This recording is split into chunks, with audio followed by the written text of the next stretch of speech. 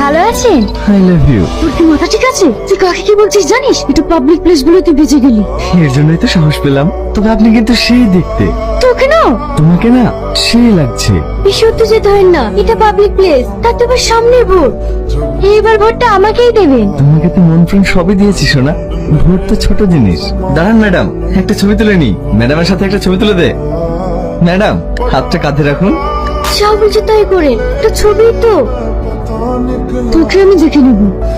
আব্বু বারবার নিষেধ করেছিল অচেনা মানুষের সাথে বেশি মিশো না। কি মুহূর্তে যে তোর সাথে বন্ধুত্ব করতে গেলাম। বেশি বকিস নি তো। তুই গ্রামে বেড়াতে এসে বেড়াবি, এইসব ঝামেলার মধ্যে ঢুকছিস কেন?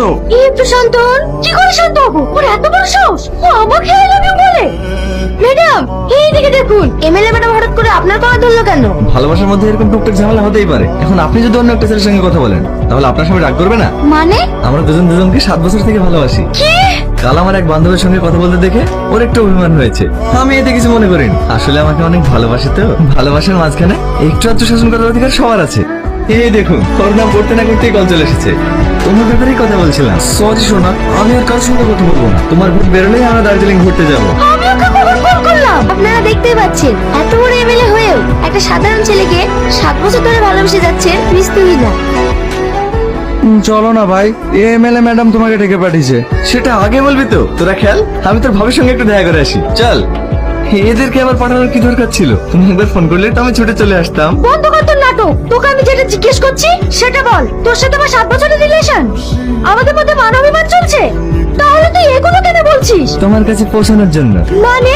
কারো স্বপ্ন থেকে ইঞ্জিনিয়ার হব, ডাক্তার হব, উকিল হব, কিন্তু আমার ছোট থেকেই স্বপ্ন তোমার মতো সুন্দর এক এমএলএর হাজবেন্ড হব। খুব সুন্দর। ইলিশ মাছ দিয়ে ভাত খেয়েছো না? তুমি কিন্তু খুব বেশি বেশি করছো। জানো এর পরিণতি কি হতে পারে? যেদিন আমাদের দুজনের বিয়ে হবে না, সর্বপ্রথম তোকে কাজ ছাড়া করবো। কিন্তু আমার ধৈর্যের বাদ ভেঙে ফেলছিস। শান্ত হতো। দেখি মোবাইলটা, নাম্বারটা সেভ করে দিলাম। যখন মন চাইবে কল করো। টাটা। দেখে আমার আর সহ্য হচ্ছে না। তুমি তাড়াতাড়ি গাড়িকে ফোন করো। এই বিষয়টা কি স্যারকে জানানো ঠিক হবে? তোমাকে ফোন করতে বললাম না? হ্যালো, আমি আসছি। আজকের বিশেষ খবর, হোম মিনিস্টার স্বয়ং দিল্লি থেকে নবাবগঞ্জে আসছে। নিজে কি কারণে আসছেন সেটাই আমরা তার মুখ থেকে সরাসরি জেনে নিই। স্যার, আপনি যে এতদিন পর হঠাৎ করে নবাবগঞ্জে ফিরছেন, তার বিশেষ কারণটা জানতে পারি? আমার সেখানে কিছু কাজ আছে, তার জন্যই আমি ওখানে যাচ্ছি। স্যার, আমরা শুনলাম আপনার মেয়ে একটা ছেলেকে ভালোবাসে, এটা কি সত্য? দেখুন, এই বিষয়ে আমি কিছু বলতে চাই না। Sir plan success. দেখ আগুন, তুই এখানে কিছুদিনের জন্য ঘুরতে এসেছিস, তুই এইসব কেন করছিস বলতো? সময় হোক, সব জানতে পারবো।